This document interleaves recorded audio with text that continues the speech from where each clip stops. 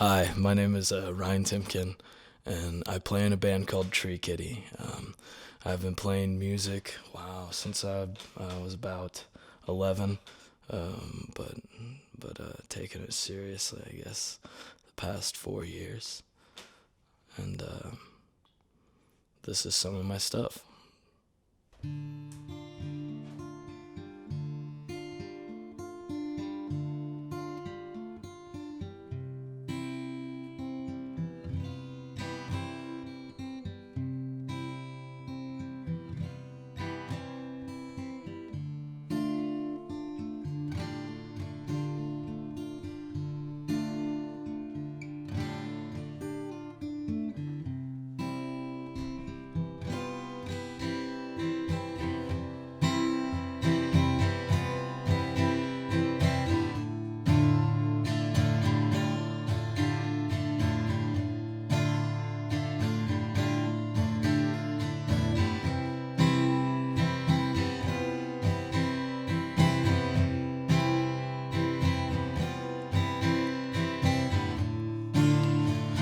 Let's wake up.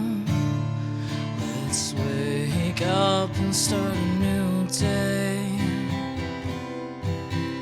Yet another day.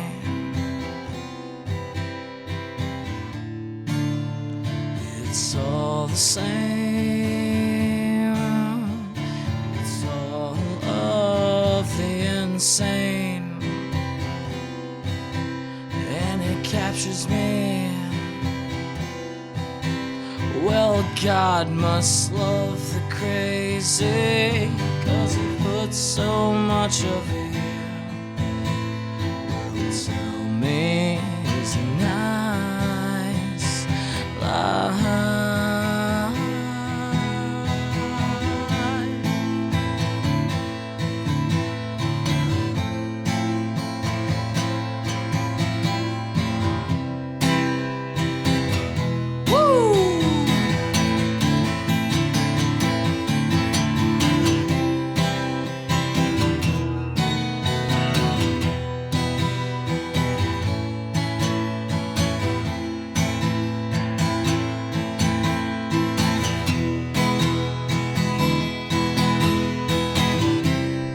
Got no bed of my own, no time to be alone. Always here and there, like a desperado, drinking pistos in the sun. Always searching for his son.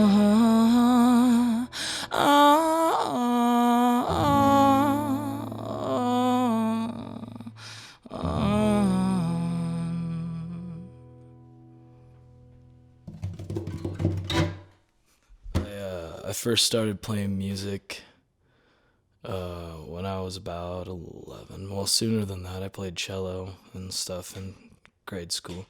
What got me into music really was my father. I mean, it was always around, and he was a big influence on me.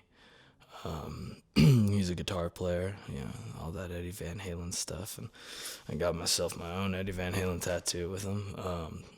But that's really what got me into music. It was just around, and it's just something I really love and enjoy. I guess I have a creative mind in a sense, and it was just nice to be able to get how I view the world out through music. I used to draw and stuff as a kid, but I don't have enough talent to actually draw, so music ended up being the fallback for my creativity, but I enjoy it very much.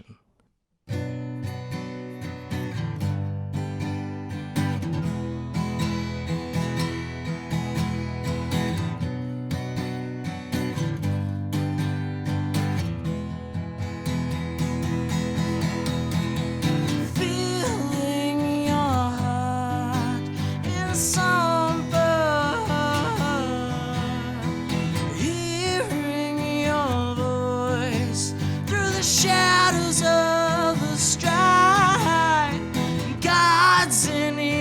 ganja.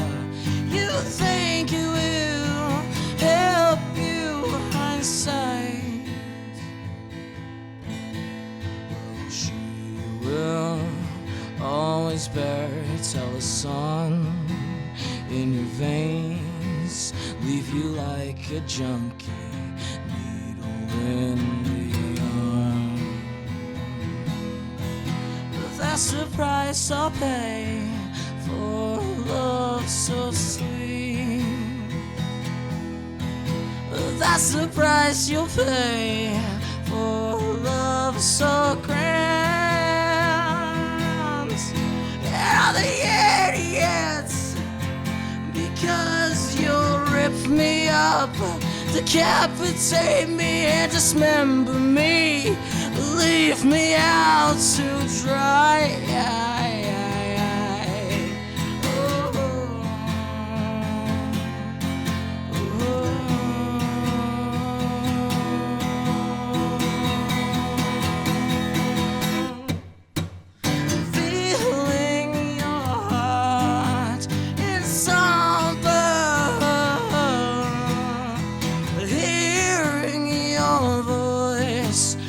Shadows of the stride, God's in your ganja.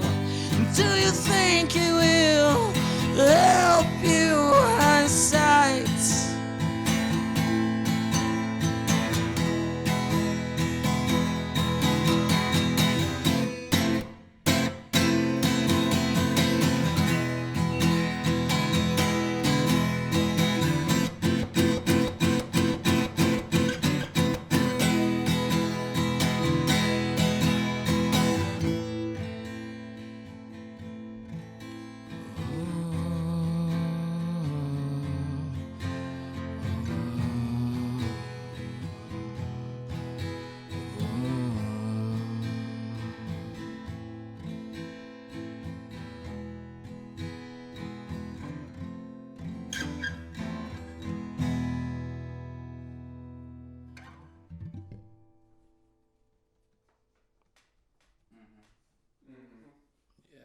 I guess I don't really think about aspirations so much. I just kind of play and do. Never really saw myself like anything big or anything. So if I could just, just be content enough and play some coffee houses when I get older or something. So no big aspirations. I just kind of play and do my thing, and it allows me to create and find myself more as a human being, and create a certain level of mantra in my life and a balance. Try to be more peaceful and see life more through color, I guess. There's a lot of color and depth in life, and music allows me to hear the world and see it in color, and find my own perspective on things. Next for me musically, I guess it's up in the air. It's kind of a toss-up. My band is recording, and we're going to be releasing an album. We have shout-outs. We have a single on Spotify, and we have a few stuff out and abouts. So that's my big step next, is trying to get that out. Hazy days in bed, I daydream and think how life only matters in indigo. I got tired of all my hopes in life. It was all farce and irrelevance. So let's fill our cups with optimism and drink from which you cannot see. So stay around a while and indulge with the garden snake. He will show you the person you once were, but never got to me.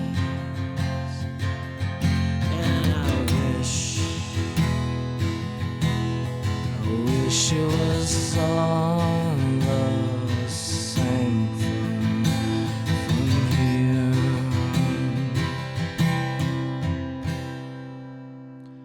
I wish I could feel so beautiful.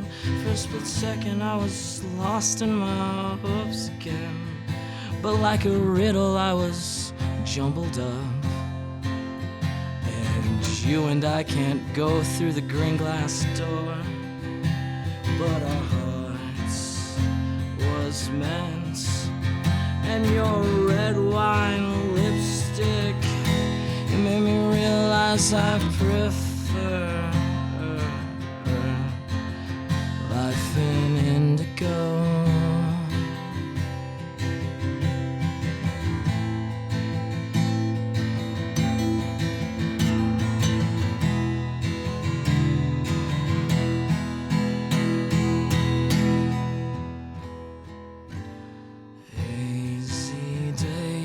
In bed, I daydream and think how life for me matters in indigo.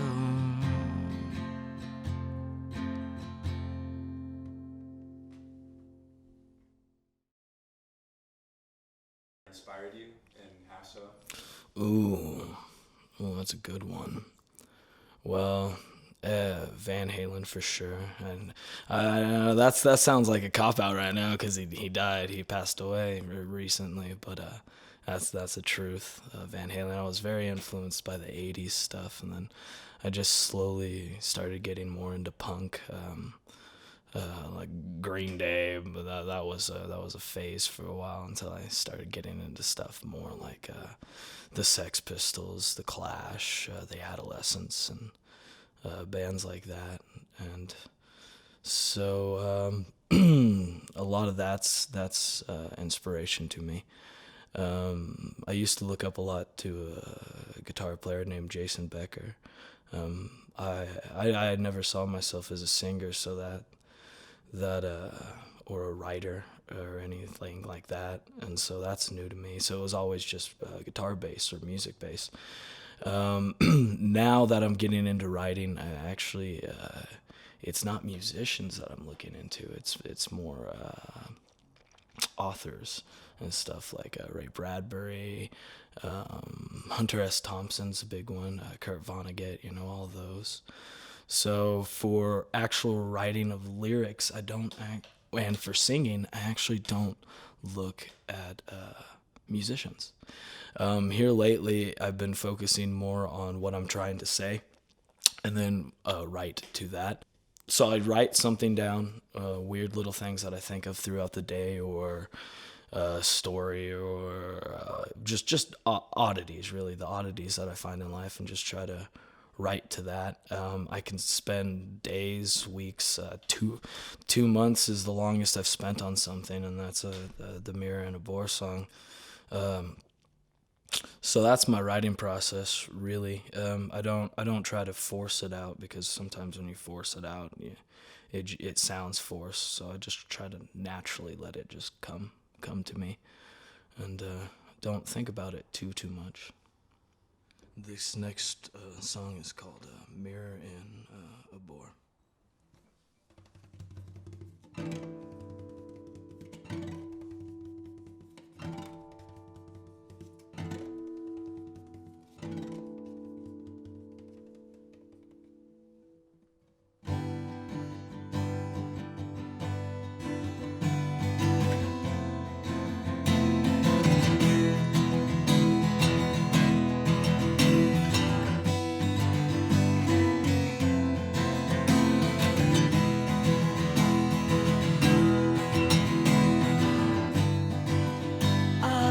Born from the sea,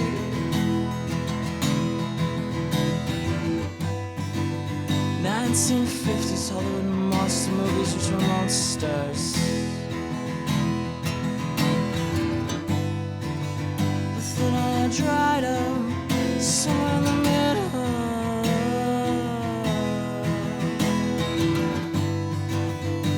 For all the people of the attention makes me sick.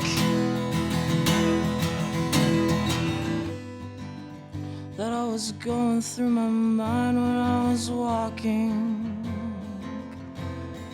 into a forest, where I came upon a little meadow, which turned out to be the Lorax's pit. And as I slipped and when I fell, I said, "Hey little fella, how's it going? Would you mind if I had me some tea?" He said, "Of course not, my son, I don't mind. Hey man, hey, why don't you pour me up one too?" And we grabbed ourselves some hippie juice and a drink till we got real funny. And then the fuzz came and I had to ditch, so I scrambled off to a little bar. That's where I bumped into Peter. Some around here call him the pumpkin eater. Where he said he had a wife. He had a wife and he couldn't keep her. Some addictions just have a way, he says. Said his old lady was Sally.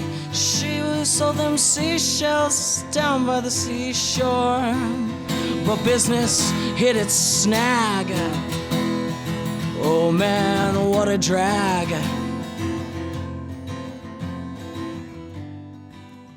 As I slip and slide out the bar, the lovely Lamia slid herself around me. She said she had some tea, the place wasn't far, it was 404 West Consupian Street. And we walked and we posed and laughed around till we got to her place. She said her neighbor was home and, "Oh darling, I just had to meet her." And I walked through the door. The smell of lavender and dragon's blood come upon my taste. She said her name was Mother Goose. She was sitting on a Zafu, and I said, "Hey, my name's Ryne." And whoa, are those tarot cards? And we had a really good conversation, and we laughed a little bit. It got late. Lamia went home, and I stayed around a while for self-discovery. Talked about being in a great state of mind. She prophesied my future, but what it came with a small price. So I sliced my hand and let her drink all the blood as she needed. Told me about another deal, but I said I'd save that one for a rainy day.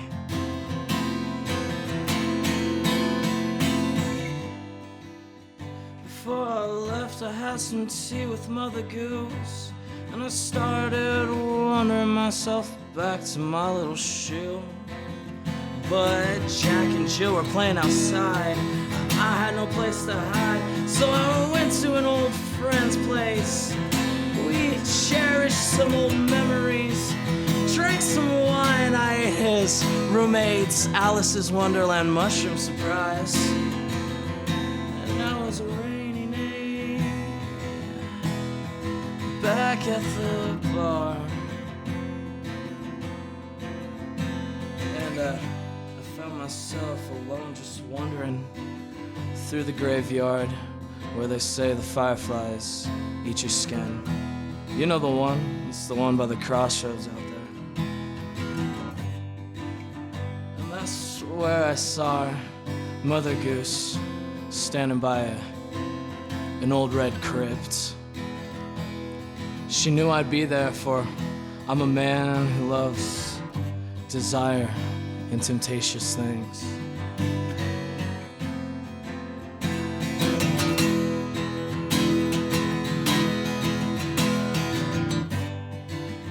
She said, hey, I knew you'd be here. And I said, it's a rainy night, I hope you don't mind if I have to do. She told me that this exchange is, this one, there's a big price to pay. Oh, for this is your eternal light, your sunshine, your love. This one's your soul.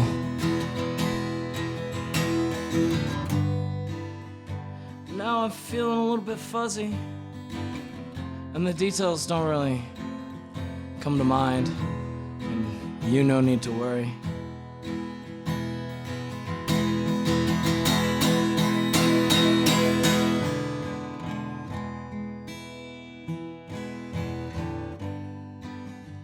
I was born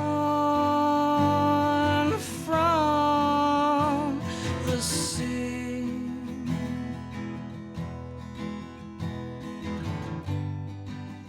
"1950s Hollywood monster movies, believe me, didn't use real monsters.